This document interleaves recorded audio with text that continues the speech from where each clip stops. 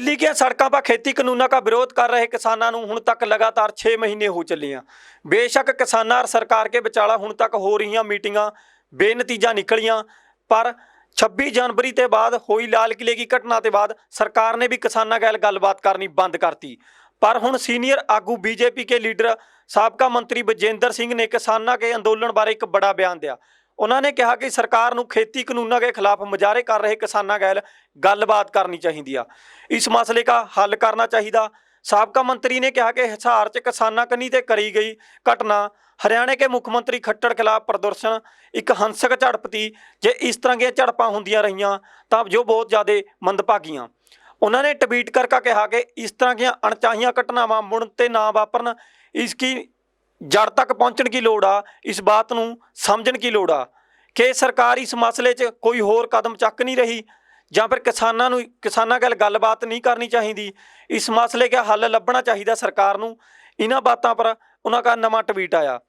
उधर पंजाब के किसानां जथेबंदियां ने चल रहे संघर्ष के अखाड़ियां में वख-वख थावां पर जो ऐलान करे हैं कि बीजेपी के हर एक थां पर विरोध कराया जाएगा।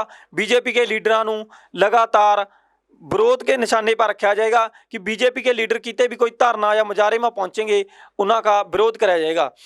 तो पंजाब भर में 100 ते भी वध थावां पर टोल प्लाजा में रिलायंस के पंपां पर कारपोरेट मॉल आ जिहड़े या फिर रेलवे पार्कां उन्हां सारिਆਂ ਨੂੰ किसानां कनी ते बंद कर दिया गया।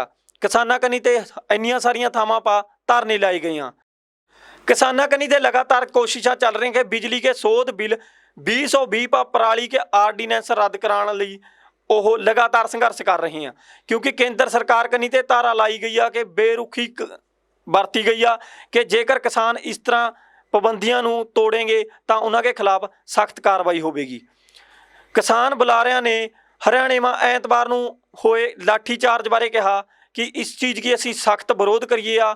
जो केंद्र सरकार का तानाशाही रवैया, इसके खिलाफ हमारे किसानों को बहुत ज़्यादा रोस आ। उन्होंने कहा कि जिस तरह पश्चिमी बंगाल में लोगों ने नरेंद्र मोदी और अमित शाह की सरकार को सबक सिखाया, इस तरह हुण देश भर में किसानों और होर मजदूरों को इकट्ठे होना चाहिए और मोदी को यह गल समझानी चाहिए कि वो कारपोरेट घराणे की सेवा करने की बजाय उन्होंने लोगों की सेवा बारे फैसले लेने चाहिए।